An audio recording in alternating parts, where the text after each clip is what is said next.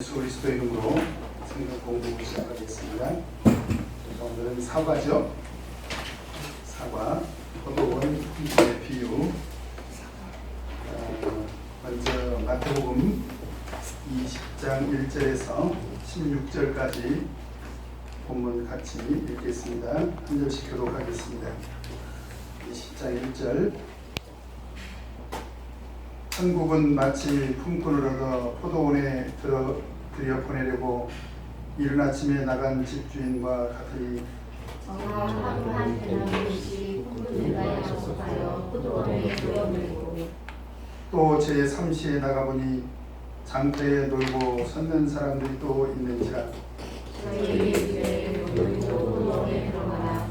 내가 너희에게 상당하게 주리라 하니 저희가 가고 제6시와 제9시에 또 나가 그와 같이 하고 제11시에도 나가보니 섰는 사람들이 또 있는지라.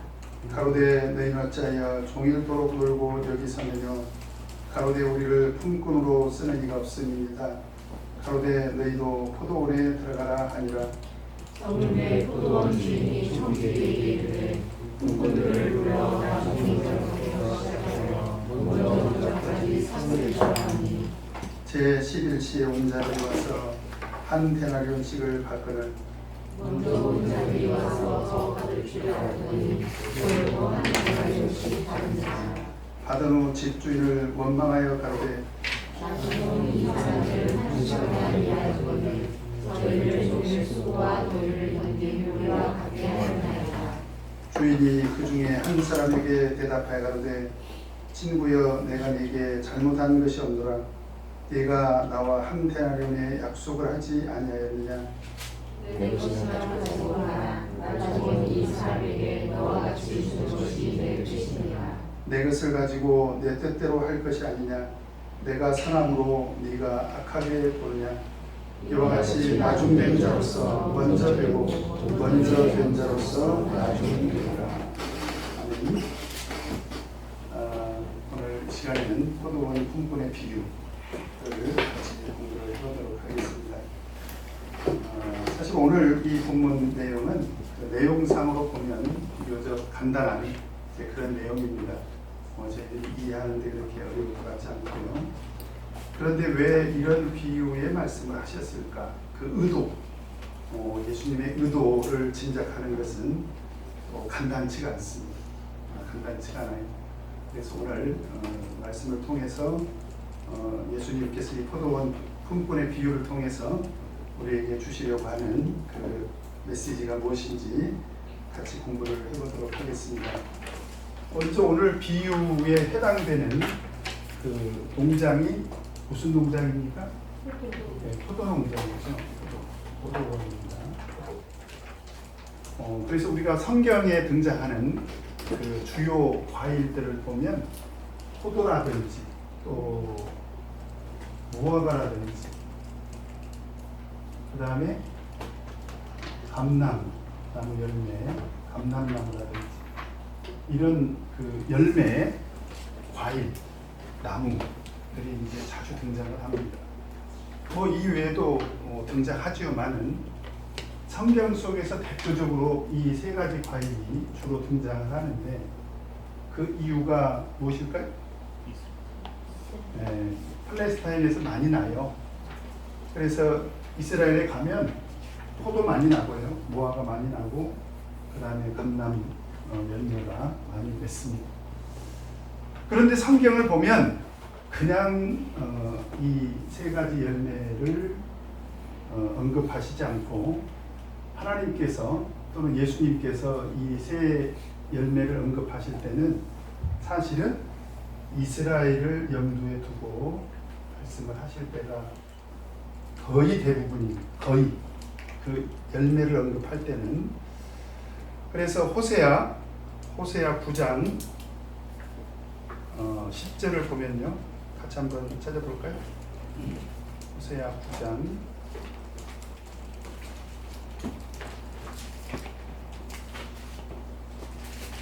10절 같이 읽겠습니다. 시작. 호세아 9장 10절. 시작. 일종의 내가 이스라엘 만나기를 광야에서 포도를 만난 것처럼 했으며 너희 열조 우리를 모아다니면서 처음 맺힌 첫 열매를 거기까지 하겠습니다. 이스라엘 만나기를 광야에서 포도 만난 것처럼 했고, 그 다음에 너희 열조 보기를 무화과 나무에서 처음 맺힌 첫 열매를 봄같이 했다. 그러니까 이스라엘을 염두에 두고 언급하셨다는 것을 알 수가 있고요. 또 로마서 11장 17절에 보면 로마서 11장 17절.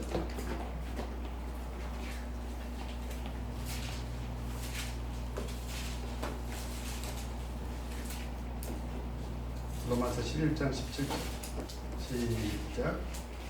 또한 가지 얼마나 똑똑했는데 돌 감람나무는 우리가 그들 중에 적고층이 되어 참 감람나무 뿌리에 지내들을 함께 나누게 되었습니다. 여기서는 이제 감람나무가 등장을 하는데, 감람나무는 두 종류가 등장을 하죠.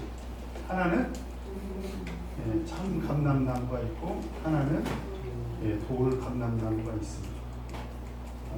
로마서 공부해 보신 분들은 알겠지만 참 감람나무는 이스라엘을 말하고, 그 다음 돌 감람나무는 이방인을 말하죠.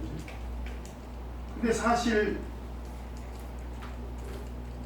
로마서를 공부를 해보면 여기서 이야기하고 있는 돌 감람나무는 사실은 구원받은 이방인들을 말하는 거예요. 그러니까 이들조차도 영적인 이스라엘을 의미한다는 거죠. 그렇죠? 그래서 참 감람나무는 하나님께서 먼저 구속의 기회를 준, 하나님이 먼저 선민으로 택한 그런 이스라엘을 말하는 것이고요. 그래서 뭐 성경에서 보니까 뭐 참포도를 심었는데 들포도를 데쳤도다, 뭐 이런 말씀들이 다 이스라엘을 언급하신 이제 그런 말씀입니다. 그러니까 이 새 열매는 주로 이스라엘 또는 하나님의 택한 백성, 선민들, 오늘날로 우리가 말한다면 바로 영적 이스라엘을 의미한다, 이렇게 이해를 하실 수가 있습니다. 그래서 오늘 이 포도원이라고 하는 실체는 사실은 영적으로 보면 하나님의 나라, 하나님으로부터 택함받은, 하나님으로부터 구속함을 받은 바로 이 땅에 세워진 교회를 말한다, 이렇게 우리가 이해할 수 있습니다. 자, 이해하셨죠? 자, 그 중에 하나 이제 오늘 포도원이 등장을 하는 거예요. 자, 그러면은 본문 내용 살피기 같이 한번 풀어보도록 하겠습니다. 자, 1번 같이 읽겠습니다. 시작. 자, 1절을 보면 천국은 마치 그랬죠. 천국은 마치, 그리고 품꾼을 얻어, 그렇죠? 그 다음에 왜 얻습니까? 포도원에 들여보내려고. 언제요? 이른 아침에. 누가? 집주인이. 그렇죠? 그래서 비유에 등장하는 이 내용들은 비교적 우리가 어렵지 않게 짐작할 수가 있습니다. 천국은 마치 품꾼을 얻어 포도원에 들여보내려고. 이 포도원은 천국을 의미하겠죠. 오늘날로 말하면 영적 하나님의 나라인 교회라고 이렇게 우리가 이해하시게 됩니다. 그 다음에 포도원에 누구를 들여보냅니까? 포도원에 품꾼이 필요하다는 것. 품꾼이라고 해야 돼요? 품꾼이라고 해야 돼요? 뭐가 표준입니까? 요새는 품꾼 아닌가요? 선생님 도와주세요. 꾼이죠, 꾼. 그러니까 성경은 군인데 성경 해설서를 보면 꾼이더라고요. 품꾼. 품꾼은 누굴까요?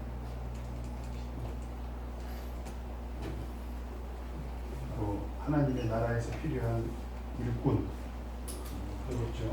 나무다가 말하면 품꾼 뭐 같은 의미입니다.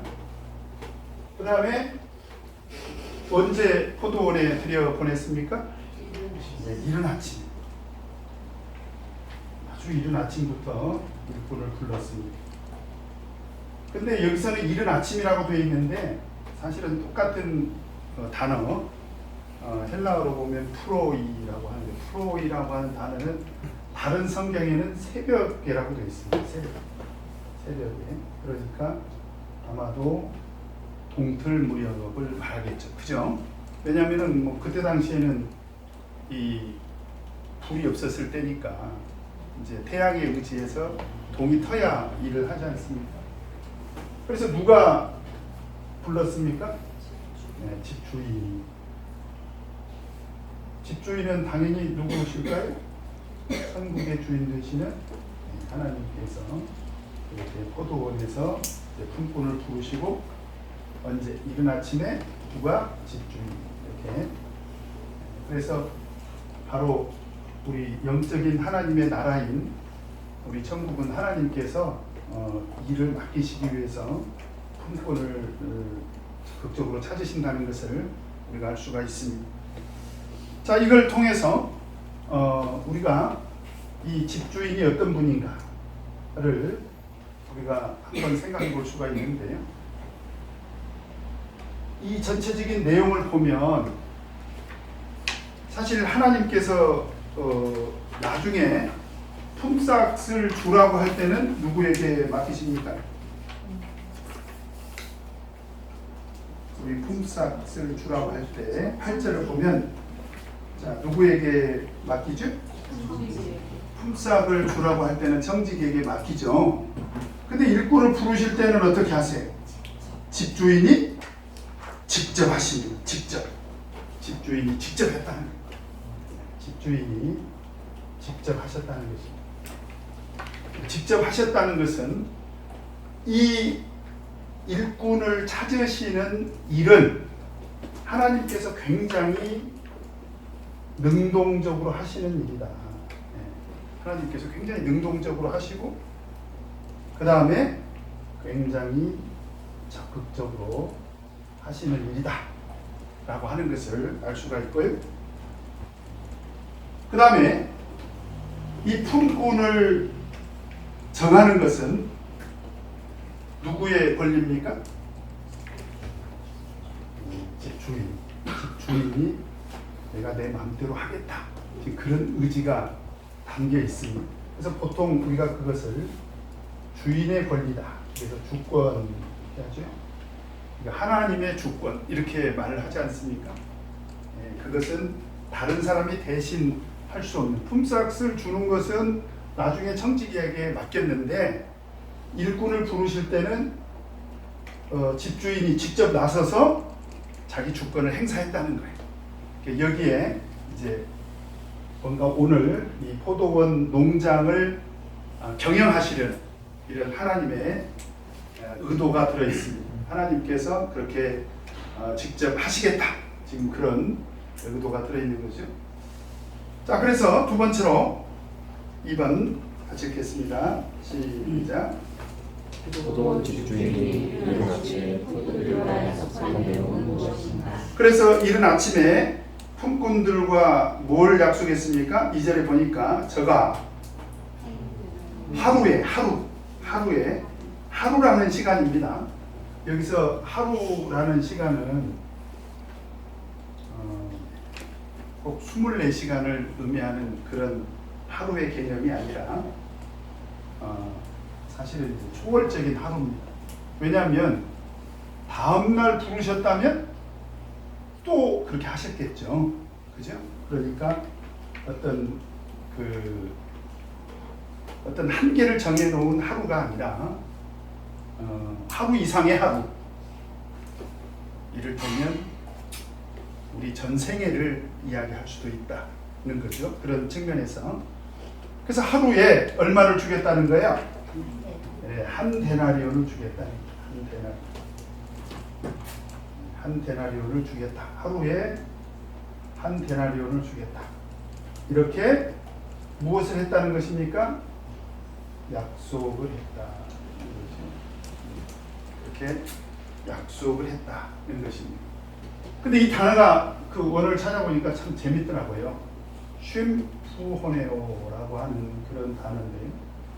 성경에 많이 쓰이진 않았습니다. 몇 구절 안 쓰였는데 이게 다른 성경에는 합심하다 그런 뜻이 있습니다. 합심. 그러니까 이 약속은 상호적인 거라는 거예요. 그러니까 하나님께서 그냥 일방적으로 내가 그렇게 하겠다 라고 한 것 같지만 내용을 들여다보니까 함께 계약을 했다는 거예요. 우리 의정자매 취직하면서 뭐 쓰죠? 계약서 쓰죠? 계약서를 썼다는 거예요. 누구하고 누구가? 하나님과 누구죠? 일꾼이. 품꾼이 서로 상호적으로, 이건 상호적으로 약속을 했다는 것입니다. 그래서 우리가 다른 구절들을 보면 마태복음 18장 19절에 보면은 두세 사람이 내 이름으로 땅에서 합심하여 구하면 그런 말씀이 있지 않습니까? 그때 합심하다가 쉼푸호네오입니다. 그 다음에 사도행전 5장 9절을 보면 그 사도행전 5장 9절에 보면 그 아나니아와 삽비라가 서로 함께 꾀하여 하나님을 속였느냐 하고 베드로가 책망을 하지 않습니까? 그 함께 꾀한 대상이 누구예요? 아나니아와 삽비라라는 것이요. 그러니까 어느 한 사람이 일방적으로 우리 그렇게 하자 라고 해서 따라온 것이 아니라 둘이 같이 합작을 했다는 합작. 그런 약속의 산물이 뭐냐? 하루에 한 데나리온씩 주겠다 라고 이렇게 약속을 했다는 것입니다. 그죠? 하루에 한 데나리온씩 약속을 해서 드디어 이제 이 농장이 이제 일을 시작했겠죠? 그죠? 네. 그래서 이걸 통해서 부르기는 누가 불렀습니까? 하나님께서 부르셨는데 하나님의 부르심에 대해서 일꾼이 농장에 들어가게 된 것은 하나님께서 일방적으로 데리고 간 것은 아니라는 거예요. 부르시기는 그러니까 일을 찾으러 품꾼들이 먼저 간 건 아니에요. 부르기는 하나님께서 먼저 불렀는데 그런 하나님의 부르심에 대해서 어떻게 했습니까? 일꾼들이 참여를 했다는 거예요. 어떻게? 상호적인 약속으로. 이 개념이 굉장히 중요합니다. 우리 하나님의 나라는요, 하나님의 주권에 따라서 움직이는 곳인데 그 하나님의 주권은 하나님의 부르심에서 비롯됐다. 그런데 그 하나님의 부르심에 대한 일꾼들의 참여는 상호적인 약속에 따라서 이루어졌다. 자, 이해가 되십니까? 네, 그런 의미가 들어있다라고 하는 것입니다. 그 다음에 3번 같이 읽겠습니다. 시작.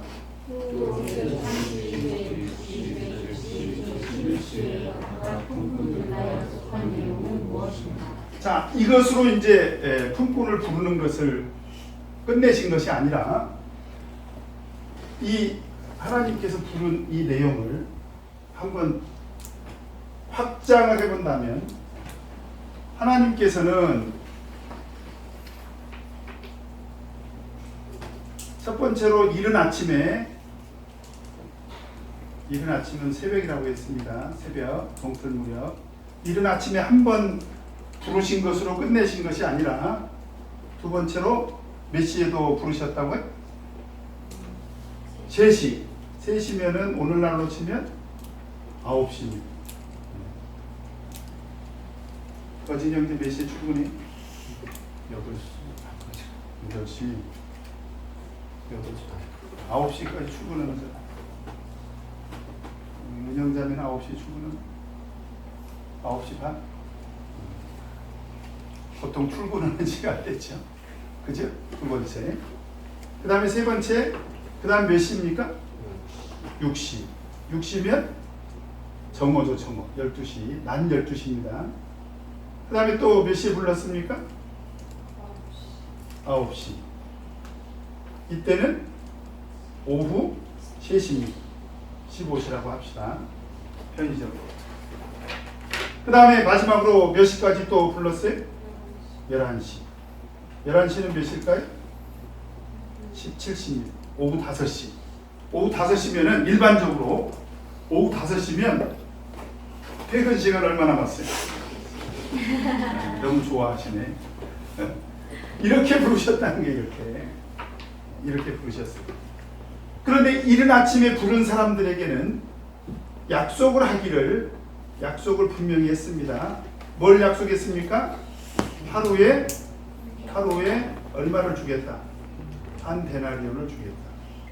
그래서 실제로 그때 당시에 로마에서 정한 화폐 단위가 얼마였냐면 하루 품삯으로 한 데나리온을 줬습니다. 그때 당시에. 그러니까 하루 한 데나리온을 주겠다. 이렇게 약속을 했어요. 그런데 그 다음에 부를 때는 얼마를 약속을 했느냐? 거기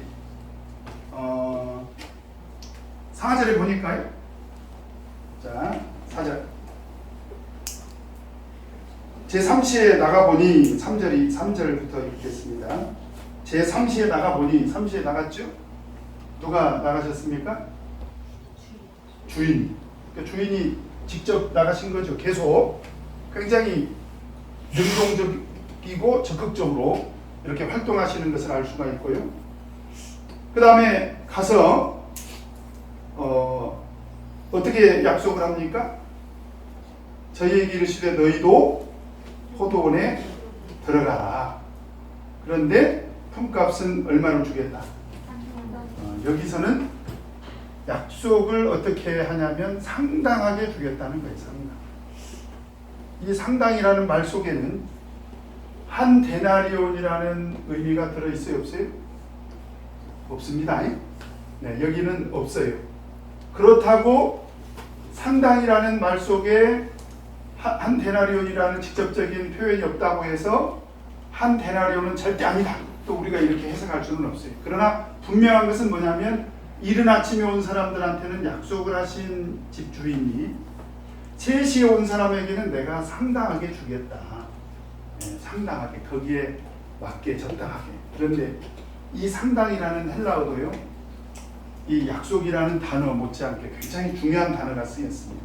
그게 뭐냐면 디카이오스가 쓰였습니다. 디카이오스. 여러분 들어보셨어요? 성경에서 의의를 얘기할 때 디카이오네, 디카이오스 그렇지 않습니까? 그러니까 이 상당이라는 단어는 헬라어로 무슨 뜻이냐면 아주 공의롭게 주겠다는 거예요. 공평하게, 공의롭게, 공평하게, 아주 적당하게, 의롭게 그렇게 주겠다라고 하는 것입니다. 그러니까 중요한 것은 뭐냐면 금액을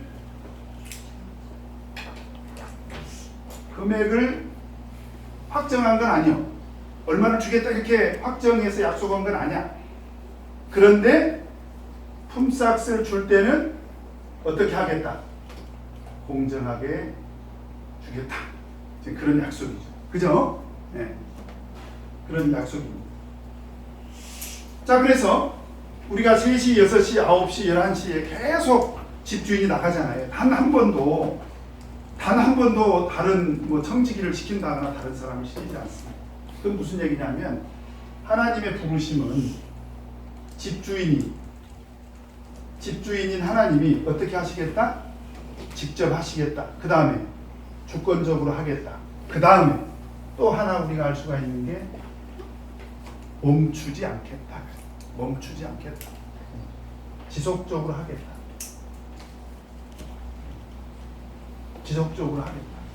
하나님의 부르심은 근데 지속적으로 이렇게 이루어진다라고 하는 것을 알 수가 있습니다. 여기서 그래서 이제 제가 이렇게 그 하나님의 일을 할 때 많은 일들을 겪는데요. 하나님의 일을 꼭 필요한 사람에게 이렇게 맡기는 것이 참 중요합니다. 그래서 이제 목표를 하다 보면 이 일에는 이 사람이 꼭 필요하겠다라고 생각이 될 때가 있고, 또 그런 분들이 일을 해주면 실제로 또 일이 잘 됩니다.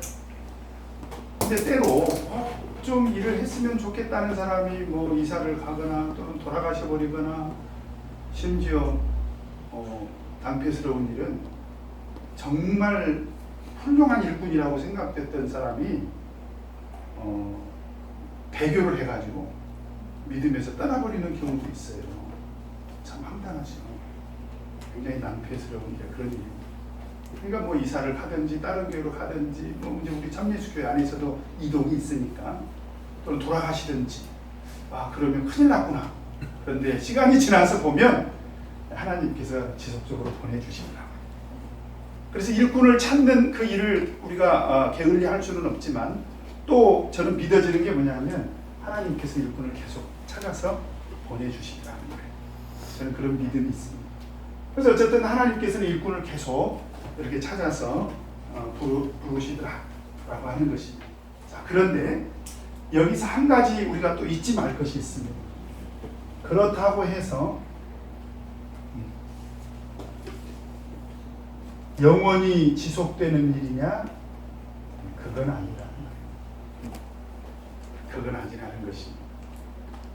그러니까 이것은 무슨 얘기냐면 언젠가 심판이 있을 텐데 그 심판 전까지는 부르신다. 그런 얘기죠. 회개할 때가 있다는 걸. 언젠가는 회개할 때가, 심판할 때가 있다. 그걸 알 수가 있습니다.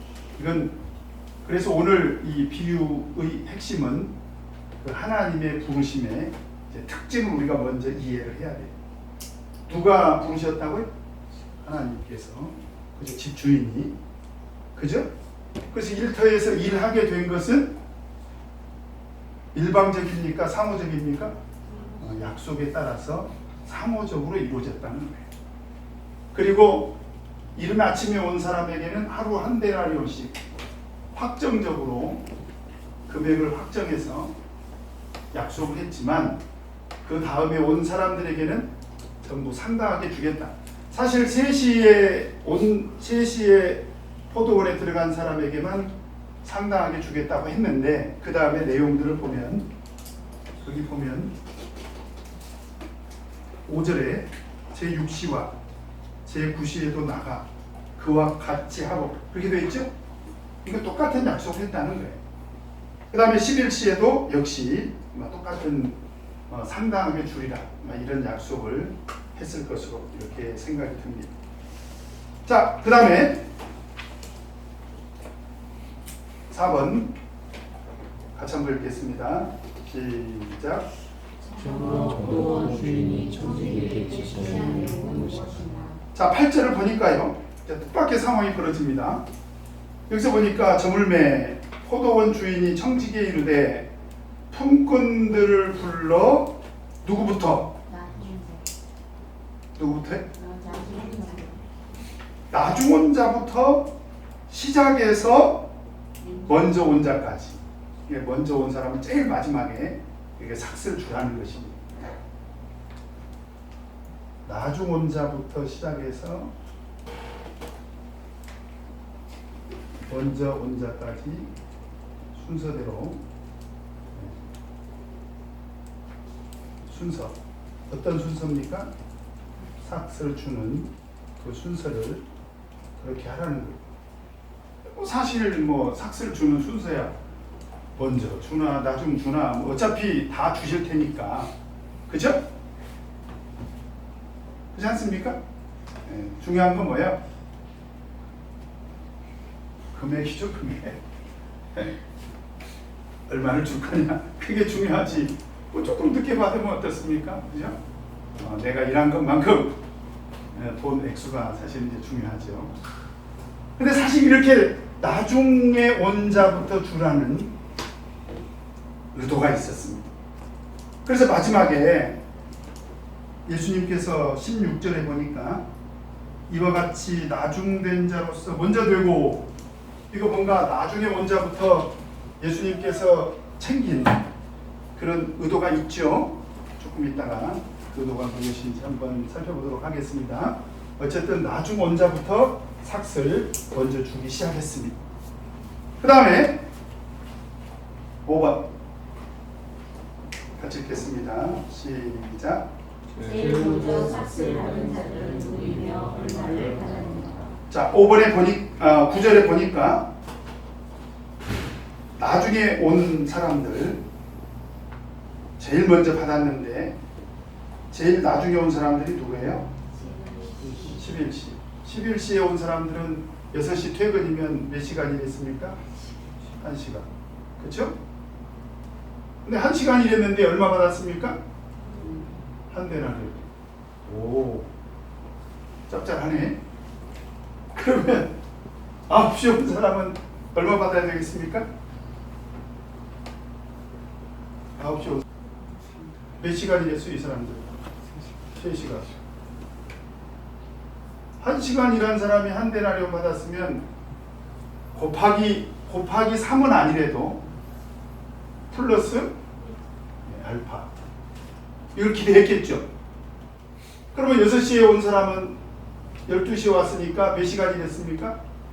6시간. 곱하기 6은 아니래도 플러스 알파 플러스 베타, 이렇게 됐겠죠.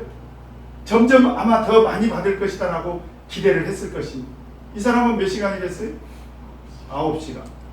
그러니 당연히 이 사람은 더 많이 받을 것을 기대했을 것이고, 새벽에 온 사람은 아이고 눈도 안 떨어졌을 때 일어나가지고 왔을 거 아닙니까? 그러니 이 사람은 12시간 그랬나요? 12시간이죠? 완전히 12시간. 야, 최저임금만 받아도 얼마야? 12만 원을 받아야 되는 거죠. 그죠? 어쨌든 점점점 갈수록 더 많은 것을 기대를 했을 것이다. 그런데 자, 6번 같이 읽겠습니다. 시작. 먼저 온 자들은 얼마를 받았으며 이에 대한 그들의 반응은 어떠하였는가. 자, 10절에 보니까 먼저 온 자들이 와서, 당연히 이런 상황을 보니까 먼저 온 자들이 와서 뭐라고 얘기를 했습니까? 더 받을 줄 알았더니 저희도 한 데나리온씩 받은 자. 자, 그러니 당장에 먼저 온 사람들이 누구예요? 이 사람보다는 이 사람이 먼저 왔고, 그죠? 이 사람보다는 이 사람이 먼저 왔고, 이 사람보다는 이 사람이 먼저 왔고, 이 사람보다는 이 사람이 먼저 왔으니까 최소한 불만을 가진 사람은 거의 누구라고 볼 수가 있습니까? 이 사람들은 다 불만스럽겠죠. 왜냐하면 이 사람이 한 데나리온 받았으니까 나는 조금 더 받아야지, 조금 더 이렇게 돼야 되지 않겠습니까? 그 중에서 제일 불만스러운 사람이 누굴까요? 네? 이른 아침. 그죠? 이 사람이 제일 불만스럽겠죠. 그래서 어떻게 했습니까? 원망했습니다. 성경에는 안 나와 있지만, 성경에는 안 나와 있어요. 근데 제일 땡 잡은 사람은 누구예요? 네, 5번. 이 사람은 아마 로또 복권 맞은 기분이 들 것입니다. 그죠? 성경에는 이 사람에 대한 언급이 없어요. 근데 중요한 것은 제일 먼저 온 사람이 틀림없이 원망을 했을 것입니다. 그래서 11절에 보니까 받은 후 집주인을 원망합니다. 그래서 원망한 이유가 뭐예요? 나중 온 이 사람들은 얼마만 일했다고요? 1시간만 일을 했다는 거예요. 1시간. 지금 1시간만 일을 했다고 하는 걸로 봤을 때 원망은 이 사람이 대표적으로 원망을 했을 것 같지만, 사실은 원망은 2번, 3번, 4번 다 했다는 얘기죠. 왜냐하면 우리는 3시간, 6시간, 9시간, 12시간 이렇게 했다는 거죠. 그렇죠? 그러면 이 사람들이 원망한 이유가 어디 있습니까? 원망의 이유가 어디 있어요? 이 사람들의 셈법이 따로 있었다는 거예요. 이 사람들의 셈법은 뭡니까? 원망하는 사람들의 셈법. 첫째, 이 사람들은 1시간 반 일했지 않냐? 무슨 얘기입니까? 시간당 얼마를 달라. 지금 그 얘기입니다. 시간당 얼마를 달라. 그죠? 그게 공정하지 않습니까? 재훈이 형제 그렇게 월급 받지 않나요? 시간당 얼마? 이렇게. 그죠? 그 다음에 또 하나 언급한 것이 뭐냐면 저희를 종일 수고와 더위를 견딘 우리와 같게 하였나이다. 시간에 뭐가 추가돼야 돼요? 위험수당이 붙어야 될 거 아니냐. 조금 더 고생스러운 일을 하는 사람은 조금 더 받아야 될 거 아니냐. 자, 이렇게 생각하니까 당연히 원망하죠. 근데 이 셈법이 저는 잘못됐다고 생각되질 않아요. 왜 그렇습니까? 이게 공평하잖아요. 우리 김우 집사님 안 그렇습니까? 거기는 좀 다른 세상이다. 그렇구나. 거기는 시간하고 비례하는 일이 아니에요. 그래도 객관적으로 본다면 우리가 살고 있는 이 세상은 그렇다면 적어도 우리가 살고 있는 이 세상은 셈법이 시간에 비례해서 수고에 비례해서 그래서 삭스를 주지 않냐. 그러니까 그런 관점에서 보니까 원망이 나옵니다. 당연히 원망이 나오죠. 지금 그 얘기입니다. 그래서 원망을 하게 되죠. 그 다음에 7번 같이 읽겠습니다. 시작. 주인이 그 중에 한 사람에게 대답하신 말씀의 내용은 무엇인가? 그렇게 원망을 해도 집주인의 생각은 전혀 달랐다는 거예요. 이 집주인의 셈법은 여기서 집주인의 셈법 이건 집주인의 회개입니다. 회개. 말하자면 하나님의 심판의 어떤 기준일 수 있다는 거죠. 그죠? 집주인의 셈법은 달랐습니다. 자, 집주인이 그 중에 한 사람에게 이제 대표성을 가진 한 사람이겠죠. 사실 한 사람에게만 할 얘기겠습니까? 다들 해야죠. 다들 해야 될 내용이죠. 근데 뭐라고 얘기를 하냐면 친구여 이렇게 이야기를 합니다. 친구여. 근데 이 단어가 성경에 3번 쓰였더라고요. 헤타이로스라고 하는 헬라어인데 마태복음 22장 12절에도 또 쓰였어요. 근데 예복을 입지 않는 친구를 내쫓을 때 친구여 그랬습니다. 그 다음에 마태복음 26장 50절에 보면 가룟 유다가 예수님을 팔아먹으려고 그 군병들을 데리고 왔을 때 친구여. 어떤 의미로 사용했는지 느낌이 오시죠? 뭔가 그 말 속에는 좀 채찍이 들어있습니다. 채찍.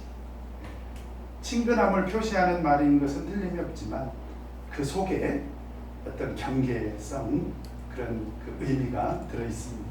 그래서 친구여. 그러면서 뭐라고 얘기를 하냐면 가로되 친구여 13절에 보니까 내가 네게 잘못한 것이 없다. 하나님의 셈법은 절대로 오류가 있다 없다. 없다. 이것은 원망할 일이 아니라 하나님의 셈법은 절대 오류가 없습니다. 잘못된 것이 아니다. 그 다음에 이유가 뭐예요? 네가 나와 얼마를 약속한 거 아니냐? 한 데나리온 약속을 했다니. 하나님의 셈법의 기준은 뭐냐? 약속에 기초했다는 것입니다. 자, 잘 보십시다. 이른 아침에 온 사람에게 얼마를 약속했습니까? 한 데나리온. 그러면 이 사람에게 약속했으니까 이 약속은 아까 제가 말씀드렸죠? 이 약속은 쉼프호네오라는 단어로 쓰였는데 이건 일방적인 약속이다, 상호적인 약속이다. 그러니까 계약을 했다는 거예요. 계약을 해서 한 데나리온 주기로 했기 때문에 한 데나리온 준 것은 정당한 거죠. 그렇죠? 공의로운 거잖아요. 뿐만 아니라 3시에 온 사람, 6시에 온 사람, 9시에 온 사람들은 그에 상당하게 주겠다고 했는데 사실 이 사람들 셈법으로 보면 이 사람 기준으로 약속한 것에 기초한다면 3시에 6시, 9시에 온 사람들은 전부 누구보다 더 받은 거예요. 이른 아침에 온 사람보다 제일 이른 아침에 온 사람보다 더 이렇게 받은 사람들이잖아요. 그러니까 이 사람만 약속한 것을 갖고 간 게 아니라 사실은 원래부터 집주인은 어떤 생각을 했습니까? 상당한 것을 주겠다라고 했을 때 이 사람들에게도 내가 얼마씩 줘야 되겠다라고 생각했다는 거예요. 한 데나리온씩 주겠다. 이것은 약속을 어긴 게 아니라는 거예요.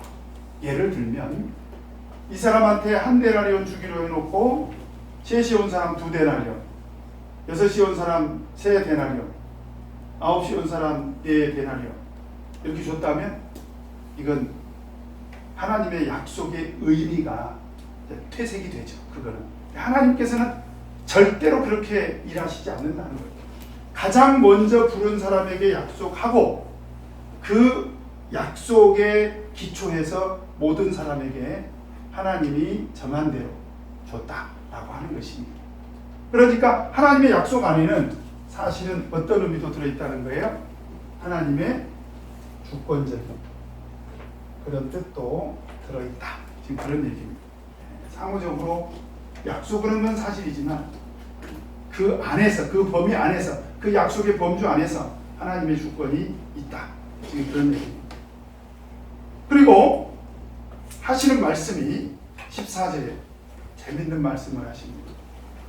자, 14절 같이 한번 읽겠습니다. 시작.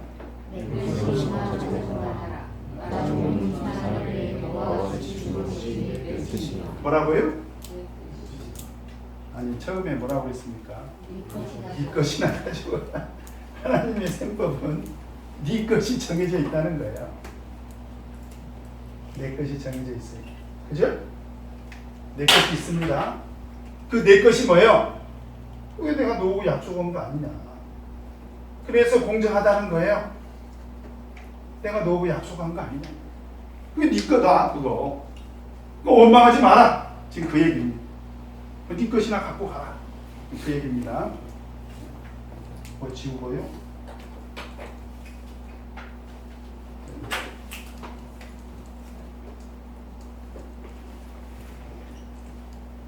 영속적이지 않다. 지금 그런 얘기고. 네 것이나 가지고 가라. 그러면서 또 뭐라고 말씀하십니까? 나중은 이 사람에게 1시간짜리 이 사람을 하는 거죠. 나중은 이 사람에게 너와 같이 주는 것이 뭐라고요? 내 뜻입니다. 그러니까 하나님의 셈법은 따로 있다는 거예요. 그게 내 뜻이라는 거예요. 그게 아까 얘기했죠? 이게 하나님의 주권이라는 거예요. 이건 내 뜻이다. 그렇다고 해서 첫 번째 약속을 어긴 게 아니라는 거예요. 첫 번째 약속 안에서 하나님의 주권을 말하는 것입니다. 그렇게 우리가 이해를 해야 됩니다. 그래서 그 나중에 온 사람들하고 어떻게 약속을 했습니까? 상당하게 주겠다 했는데 나중에 알고 보니까 그게 약속한 것과 똑같더라는 거예요. 하나님은 처음부터 그렇게 생각을 하고 계셨다는 거예요. 그러니까 그 뜻 안에서 하나님의 주권은 상당하게 주겠다. 그런데 그것이 사실은 나중에 처음 온 사람과 같은 삭스를 준 것으로 봤을 때 이때는 확정적으로 금액을 표현한 건 아니지만 내심으로는 약속한 사람들과 같이 주겠다라고 생각했다는 거죠.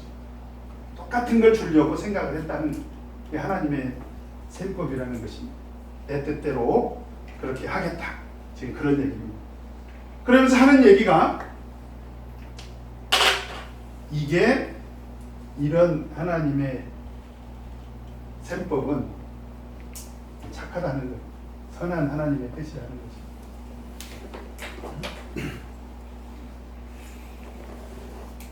그러니 너희들 셈법으로, 이 셈법으로 보면, 잘 보세요. 이 셈법으로 보면 하나님은 선하다고 한 것이, 이 셈법으로 보면 이건 뭐예요? 악한 것이죠. 그렇게 세상 셈법으로 판단하지 마라. 하나님이 선한 것이 너희들 세상 셈법으로 생각해서 악하다고 할 수 있냐, 그런 얘기입니다. 그죠? 자, 여기까지 이해가 되셨습니까? 자, 여기까지 다 이해가 되셨습니까? 자, 여기까지 이해가 돼야 이제 8번이 이해가 됩니다. 자, 여기까지 이해가 되셨으면 8번 같이 읽겠습니다. 시작.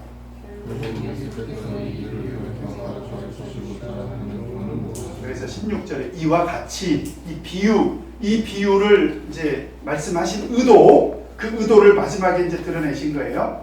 이와 같이 그랬죠. 이와 같이. 그러면서 강조점이 어디가 있습니까? 강조점이 어디가 있어요? 이와 같이 나중된 자로서 먼저 되고.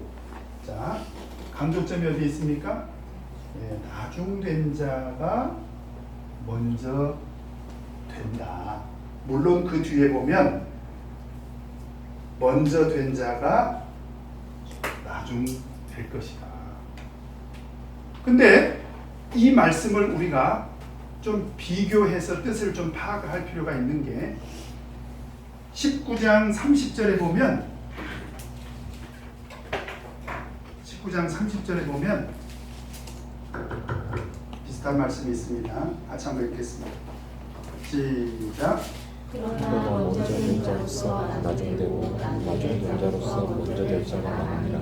여기서 보니까 여기서는 먼저 된 자가 나중되고 나중된 자가 먼저 된다. 그러면 뭐 잘 보세요. 나중된 자가 먼저 된 자가 나중되고 나중된 자가 먼저 되는 거나, 지금 제가 뭐라고 했어요? 먼저 된 자가 나중되고 나중된 자가 먼저 되는 거나, 나중된 자가 먼저 되고 먼저 된 자가 나중된 거나, 그게 그거 아니에요? 그렇죠? 그런데 잘 읽어보면 의미 차이가 확실히 있습니다. 30절에 보니까 그러나 그랬죠. 그러나. 왜 그러나 이 말을 했냐? 여기 28절 29절을 보니까 예수께서 가라사대 내가 진실로 너희에게 이르노니 세상이 새롭게 되어 인자가 자기 영광의 보좌에 앉을 때에 나를 쫓는 너희도, 이거 누구에게 하신 얘기예요? 제자들. 그래서 너희도 12보좌에 앉아 이스라엘 12지파를 심판하리라. 또 내 이름을 위하여 집이나 형제나 자매나 부모나 자식이나 전토를 벌인 자마다 여러 배를 받고 또 영생을 상속하리라. 지금 제자들과 예수님을 위해서 희생적으로 헌신한 사람들에게 하신 말씀이에요. 맞죠? 근데 그러나 했다면 무슨 얘기입니까? 그런데 너희들이 기억할 것이 있다. 그 얘기입니다. 너희들이 기억할 것이 있다. 먼저 된 자로서 나중되고. 먼저 된 자들은 누구를 말하는 거예요? 28절, 29절에 드러난 사람들. 그죠? 먼저 된 자들이 나중되기도 한다. 왜 이런 말씀을 하셨을까요? 여기서 초점은 뭐냐면 먼저 된 사람들, 먼저 믿은 사람. 사실은 먼저 믿은 사람들의 한계가 뭐예요? 우리가 보통 교회 안에서 저는 모태신앙인인데 이런 말을 할 때 뭐 여러 가지 목적으로 사용이 됩니다만 상당히 많은 사람들이 뭘 드러내려고 그런 말을 합니까? 지금전에 그런 말 들어봤죠? 모태신앙인인데 무슨 얘기냐면 자기 어떤 신앙의 가문, 다른 이런 신앙의 가문, 그리고 자기의 어떤 우월성, 나 모태신앙인인데, 물론 자기를 돌아볼 때도 쓰는 분들 제가 많이 봤어요. 내가 이 모태신앙인이 돼가지고, 근데 사실은 그게 모태신앙인이라는 게 어떻게 엄마 뱃속에서부터 믿는 사람이 있어요? 엄마 뱃속에 있을 때부터 택한 사람은 내가 봤어도 엄마 뱃속에 있을 때부터 나 믿은 사람은 한 사람도 제가 본 적이 없는데 모태신앙이라고 하거든요. 근데 사실은 그렇게 영적인 자만심을 가진 사람들에 대해서 예수님께서 경고하느라고 하신 말씀입니다. 이 말씀. 먼저 된 자들에 대한 그런 경고의 말씀이고 20장 16절은 이와 같이 나중된 자로서 이거는 누구를 염두에 두고 하신 말씀입니까? 오늘 예수님께서 하나님의 부르심을 포도원 품꾼의 비유를 통해서 하나님의 부르심에서 하나님께서 가장 눈여겨보고 있는 사람은 사실은 누구예요? 맨 나중된 자. 그러면서 맨 나중된 자가 가장 먼저 온 사람하고 똑같이 받았잖아요. 한 데나리온. 그래요? 그 얘기입니다. 맨 나중에 온 사람이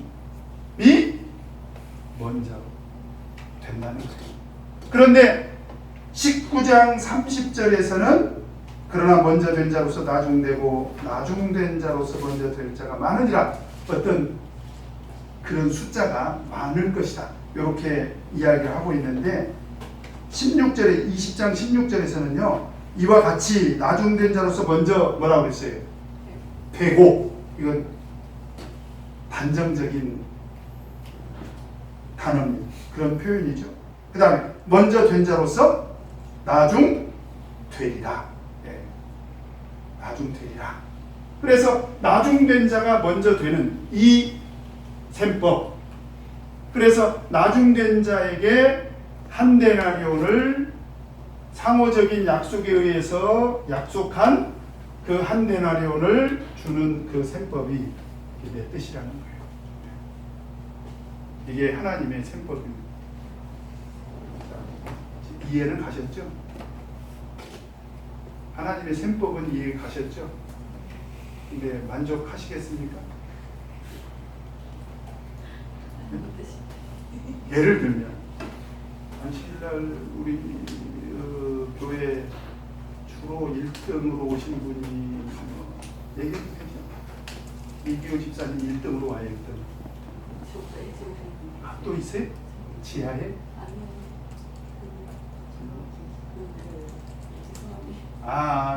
저 위에 계시네. 이제 그분들 빼고 그래야 내가 2등이라도 그렇지. 이기호 집사님이 1등 오고 내가 2등 오거든. 이렇게 왔는데 이제 하나님께서 마지막 심판날에 상을 주시는데 분야별로 상을 주실 거 아닙니까? 안식일, 조기, 출근상 해가지고 이기호 한 데나리온, 박은진 한 데나리온, 허진숙 한 데나리온. 그러면 2등, 3등, 4등, 5등 온 사람들은 만족해합니다. 이기호 집사님은 입이 튀어나왔고요. 세상에 그런 제법이 어딨네. 그죠? 자, 그래서 왜 오늘 예수님께서 이런 얘기를 했냐. 혹자는 말하기를 하나님 나라에서 상을 줄 때는 공평하게 줘야 된다는 거예요. 실제로 그렇게 주장하는 분들이 있습니다. 네, 그래서 성경 읽기를 열심히 한 사람이나 한 달에 그냥 조금씩 한 사람이나 상을 줄 때는 똑같이. 그죠? 아동반들도 암송을 매주 외가지고 오는 아이나 한 달에 한 번 정도라도 웬 사람이라도 교회에서 상을 줄 때는 항상 공평하게 줘야 된다. 저는 그런 교회의 처사가 옳은지 그른지는 잘 모르겠어요. 그걸 가지고 제가 말씀드리려고 하는 건 아니에요. 그게 옳고 그름을 판단하려고 드린 말씀은 아니라 오해하지 마세요. 아동부 부모님. 근데 그런 뜻으로 했냐 이 말이에요. 그것도 아니라는 거예요. 그것도 아니라는 것이. 그러면 왜 이런 말씀을 하셨을까? 아까 제가 말씀드렸죠. 나중 온 자에게도 처음 부른 그 약속과 똑같이 주는 게 하나님의 뜻이라는 거예요. 그렇다면 이 한 데나리온은 누구 맘대로 주는 거라고요? 하나님 맘대로. 그죠? 하나님의 주권입니다. 그죠? 하나님의 주권적인 그런 의미가 있습니다. 뭘까요? 어떤 분이 다독기가 참 어렵죠. 틀릴까 싶어서. 근데 조그마한 소리로 구원 그랬어요. 10원은 아니고 구원. 이 한 데나리온은 하나님께서 주권적으로 주시는 거죠. 그죠? 틀림없습니다. 이거는 하나님께서 주권적으로 주시는 건데 잘 보세요. 이런 셈법으로 따져서 준 게 아니라는 거예요. 시간에 비례해서 수고에 비례해서 따져서 준 게 아니야. 그걸 보고 이런 거 따지지 않고 하나님께서 우리에게 주시는 걸 뭐라고 그래요? 은혜라고. 착한 사람한테만 태양을 주셨습니까? 마태복음 5장에 보면 선인과 악인에게 똑같이 태양도 주시고 그 다음에 비도 내려주시고, 그죠? 하나님께서 공평하게 주시는 하나님의 주권적인 그런 은혜를 나타낸 말입니다. 그래서 이 하나님의 주권적인 은혜에 해당되는 것이 무엇이 있을까? 라고 이렇게 생각을 해본다면 바로 그 안에는 무엇이 들어있을까요? 구원이 들어있습니다. 하나님의 구원은요, 유아 세례를 받든, 그죠?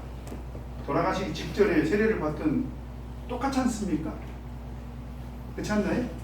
그러다 보니까 많은 사람들이 이 해석을 어떻게 하려고 하는 경향이 있냐면, 이거는 세대를 의미한다는 세대. 그래서 모태에 있을 때 유아, 그 다음에 청년, 장년, 노년, 상당히 그럴싸하네, 그죠? 그럴 수도 있겠다. 근데 어떤 사람들은 또 성경 인물들은 다 갖다 대요. 아담, 인류의 시조 아담, 그 다음에 아브라함, 그 다음에 모세, 그 다음에 이스라엘 백성들, 예수님, 이렇게 또 빗대서 이야기하는 사람들이 있습니다. 또 어떤 사람들은 나중에 온 사람들은 이방인이고 먼저 온 사람들은 유대인이다, 이렇게 또 해석하는 사람들이 있는데 그런 건 제가 봤을 때 별로 중요한 것 같지가 않고요. 우리는 하나님께서 그러면 주권적으로 주시는 은혜가 무엇인지를 우리가 조금 더 지혜롭게 판단을 해본다면 또 뭐가 있을까요? 하나님께서 정말 공평하게 모든 사람에게 주신 게 있어요. 은혜로. 뭘까요?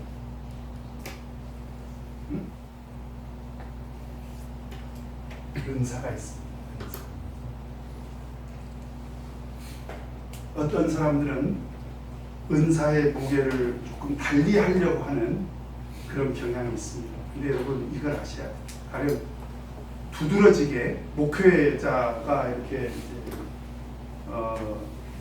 말씀을 전하고 가르치고 또 성도들을 상담하고 이렇게 목회를 해야 돼요. 굉장히 중요한 직분이지 않습니까? 그건 인정하시죠? 인정하셔야 돼요.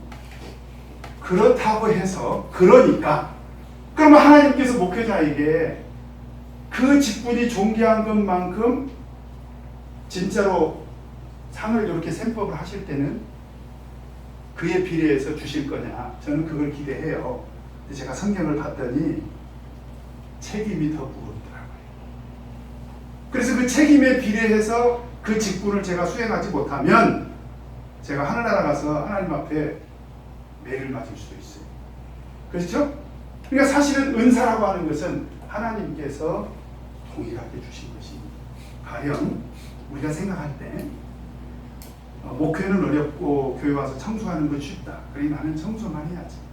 근데 이 청소하시는 분이요, 정말 마음 중심으로 하나님께서 나에게 주신 은사로 그걸 믿고, 그걸 하나님께서 나에게 교회 청소하는 이 은사를 주셨다, 그렇게 믿고, 왜?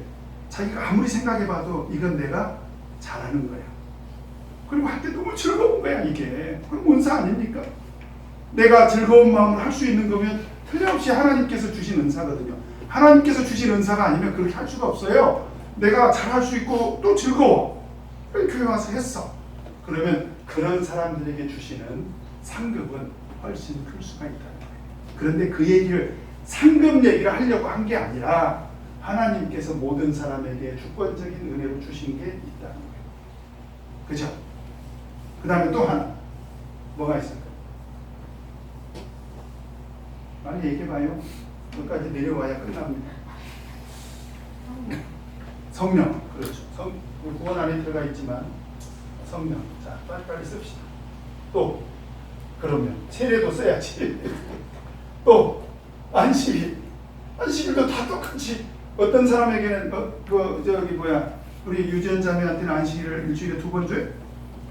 네? 그리고 정관 형제한테는 2주일에 1번만 주고 그렇습니까? 똑같이 주죠. 다 똑같이 줍니다. 근데 여기서 우리가 하나 생각해야 될 게 있어요. 이게 뭐냐? 하나님께 봉사할 수 있는 그 기회, 이것도 하나님은 동일하게 주신다. 어떤 사람은 그래. 나한테는 교회가 봉사할 기회를 안 준다. 교회는 넓고 할 일은 많습니다. 그죠? 세상만 넓은 게 아니에요. 교회도 하나님의 나라입니다.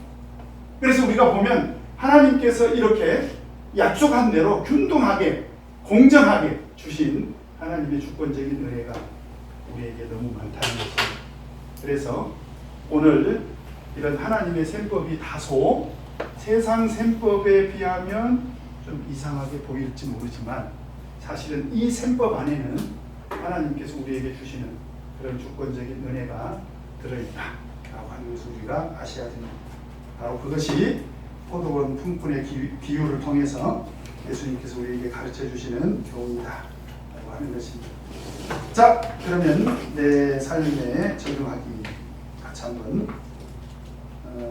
읽어보도록 하겠습니다. 1번 시작. 포도 주주는 이른 아침부터 오후 늦게까지 계속 포도의 일꾼들을 들여다봅니다. 이는 시대와 시기를 주어서 끊임없이 인간들을 은혜로 부르시는 하나님의 자비를 구하시는 것입니다. 나는 끊임없이 포도들을 위하여 하나님의 은혜와 자비를 열심히 내가 있습니까? 혹시 시간이 너무 늦었다고 좌절하면 하나님의 은혜와 자비를 포기할 수 없습니까? 제가 모 교회에서 이제 목회하면서 이런 분을 봤어요. 젊어서는 정말 그 예수 믿는 아내를 엄청 핍박을 했습니다. 근데 이제 정년 퇴직을 하고 이제 그 전에 물론 이제 전도가 됐지만 정년 퇴직을 하고는 이분이 내가 이제라도 이 봉사의 기회를 얻어서 교회를 돌아야 되겠다.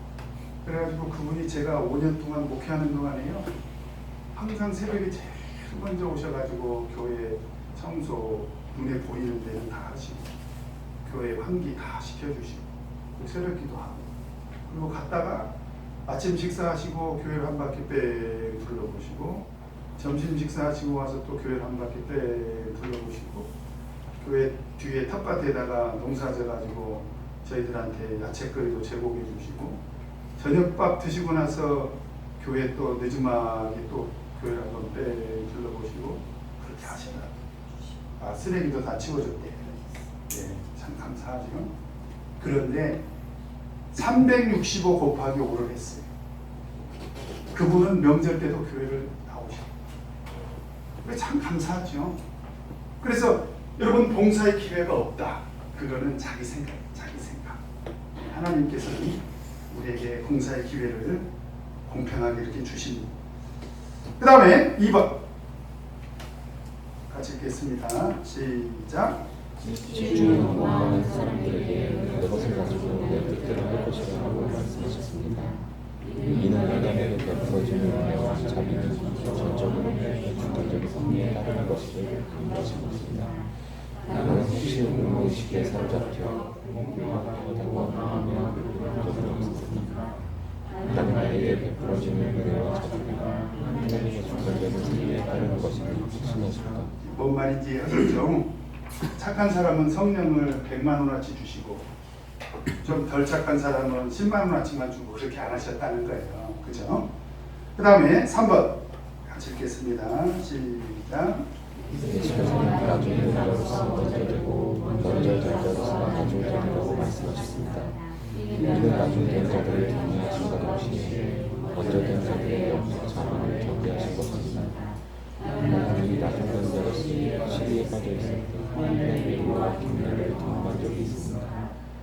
먼저 된 자들로서 영적 참으심에 빠진 적은 없습니다. 네. 만침에 빠져서는 안 되겠죠? 자, 이 포인트 같이 읽겠습니다. 시작. 예수께서는 나중된 자가 먼저 되고 먼저 된 자가 나중되리라고 말씀하십니다.